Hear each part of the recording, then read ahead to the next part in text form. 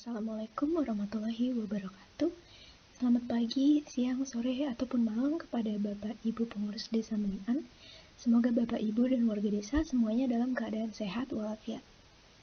Sebelumnya kami mengucapkan terima kasih karena sudah menerima kami sebagai pelaksana KKN di Desa Melian walaupun dalam kondisi terbatas karena semuanya ini dilakukan secara online. Pada kesempatan kali ini, kami akan melaksanakan salah satu proker kami, yaitu mengenai pentingnya organisasi dan masyarakat desa yang saling terintegrasi dalam mengelola semua kegiatan di Desa Melian.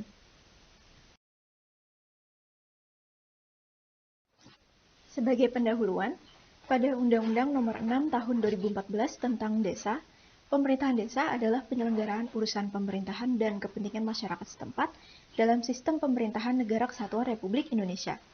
Penyelenggaraan pemerintahan desa didasarkan pada asas kepastian hukum, tertib penyelenggaraan pemerintahan, tertib kepentingan umum, keterbukaan, proporsionalitas, profesionalitas, akuntabilitas, efektivitas dan efisiensi, kearifan lokal, keberagaman, dan partisipatif. Kemudian, sesuai Peraturan Menteri Dalam Negeri Nomor 84 Tahun 2015 tentang Susunan Organisasi dan Tata Kerja atau SOTK, pemerintahan desa telah diterbitkan sebagai tindak lanjut dari Undang-Undang Desa. Pemerintahan desa adalah kepala desa dibantu oleh perangkat desa yang terdiri atas sekretariat desa, pelaksana kewilayahan, pelaksana teknis, pelaksana urusan, dan kepala dusun. Sebagai perbandingan, bagian di sebelah kiri adalah SOTK pada umumnya yang terdiri atas kepala desa, sekretaris desa, kasih kesejahteraan, kasih pelayanan, dan kasih pemerintahan. Kemudian ada kaur keuangan, kaur perencanaan, dan kaur pelayanan. Dan kemudian ada kepala dusun 1, 2, 3, dan seterusnya. Kemudian bagian di sebelah kanan adalah SOTK Desa Melian sebagaimana terpampang dalam situs web Desa Melian. Terdapat kepala desa yang berkoordinasi dengan Badan Permusyawaratan Desa, kemudian ada sekretaris desa dan pelaksana teknis lapangan, kemudian kepala urusan pemerintahan, kepala urusan pembangunan, kepala urusan keuangan, dan kepala urusan umum. Lalu, Desa Melian memiliki kepala dusun 1 dan kepala dusun 2.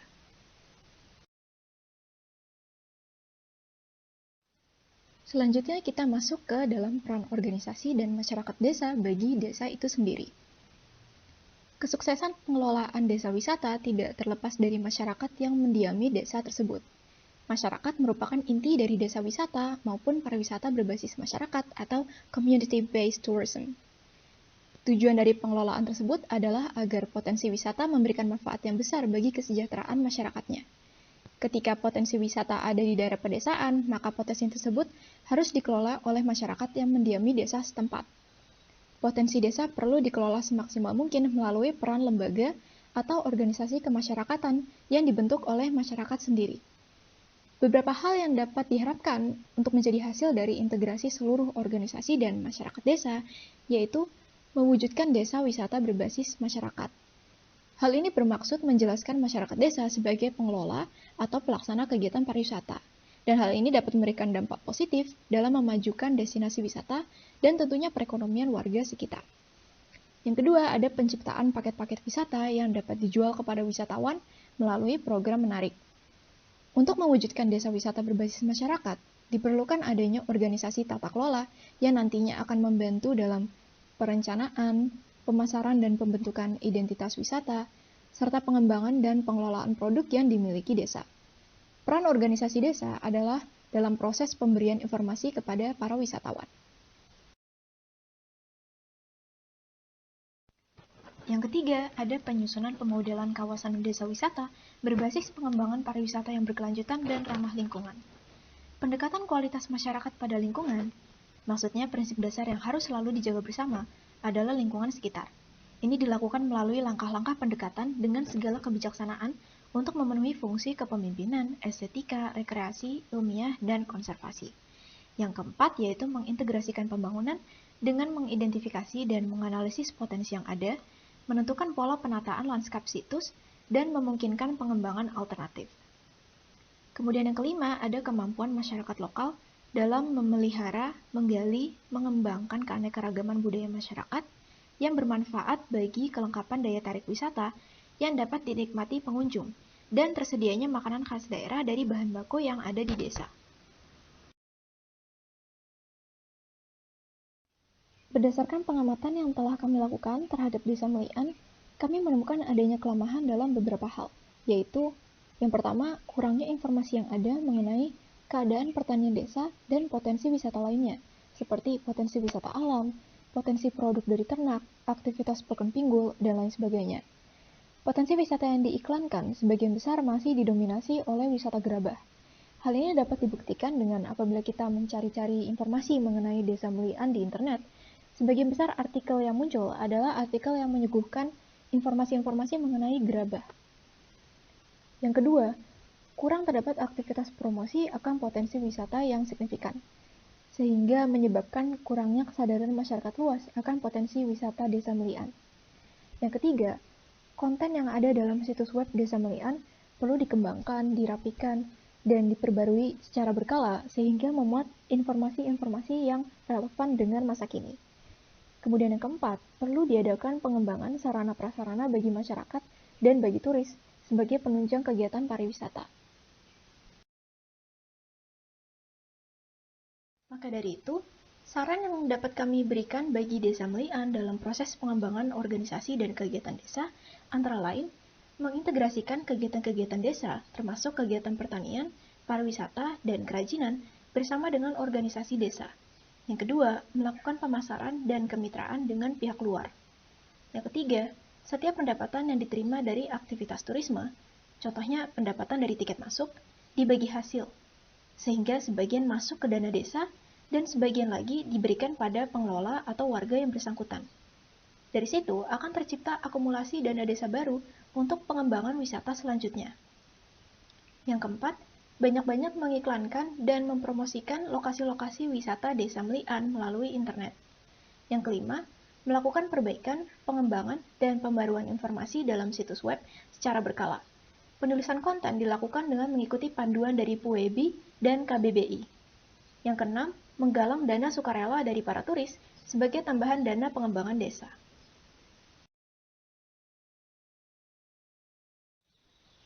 Dalam mengintegrasikan kegiatan-kegiatan desa, termasuk pertanian, pariwisata, dan kerajinan bersama dengan organisasi desa, dapat dilakukan dengan cara meningkatkan kinerja kepengurusan yang sudah ada atau dengan membuat organisasi baru, misalnya Pokdarwis atau kelompok sadar wisata.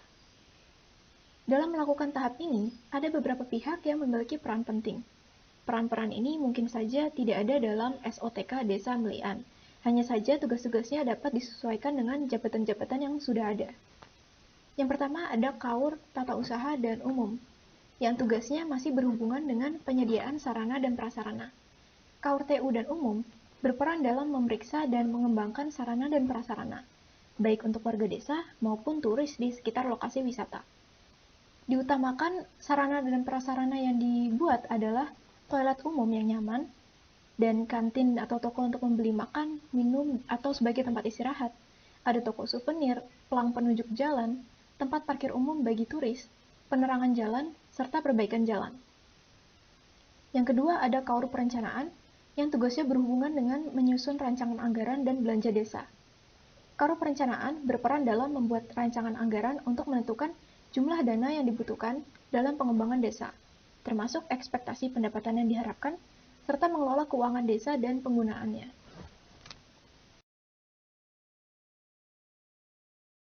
Selanjutnya ada Kasih Pemerintahan, yang tugasnya adalah melaksanakan operasional administrasi penduduk, serta pendataan dan pendayagunaan data profil desa.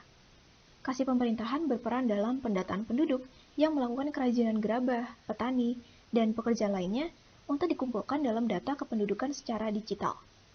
Data kependudukan berbentuk digital ini perlu diperbarui secara berkala, sehingga apabila nanti ada kegiatan-kegiatan yang berhubungan dengan mata pencarian mereka, pengurus desa akan lebih mudah menemukan orang-orang yang bersangkutan.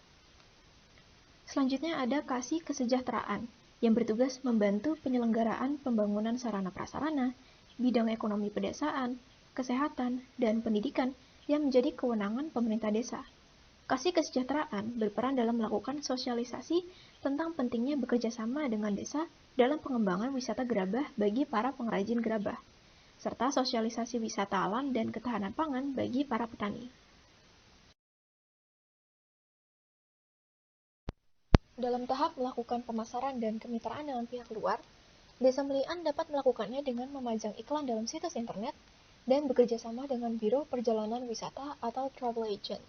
Kemudian bisa juga dengan menyediakan pramu wisata atau guide, melakukan kerjasama antar desa wisata, kemudian melakukan kemitraan dengan Asita, PHRI, atau instansi lainnya.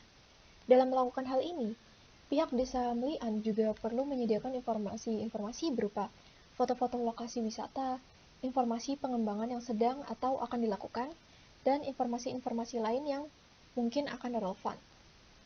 Hal ini dilakukan sebagai usaha untuk meningkatkan kesadaran masyarakat luas akan wisata Desa Melian.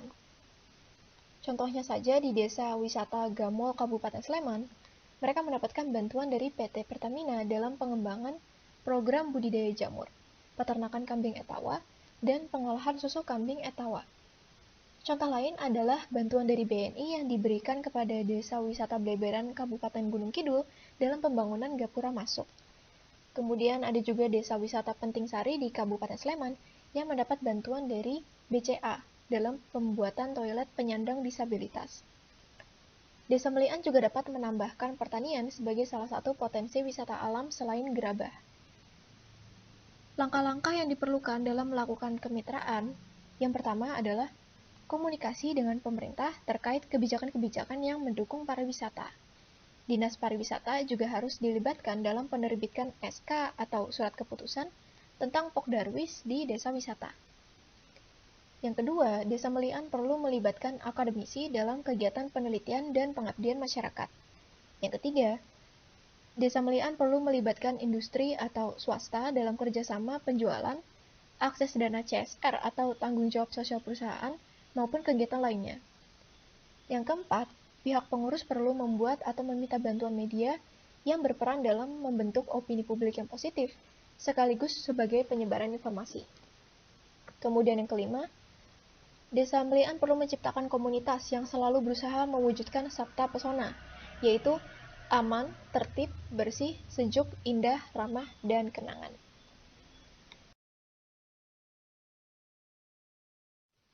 Sekian program sosialisasi kami mengenai organisasi dan masyarakat desa yang terintegrasi. Kami mengucapkan terima kasih atas perhatian Bapak Ibu, dan kami mohon maaf apabila ada kesalahan kata dalam video ini. Kami berharap Bapak Ibu dapat memanfaatkan saran-saran dan informasi yang kami berikan, sehingga berakibat pada peningkatan kegiatan Desa Melian yang lebih baik lagi. Akhir kata, wassalamualaikum warahmatullahi wabarakatuh.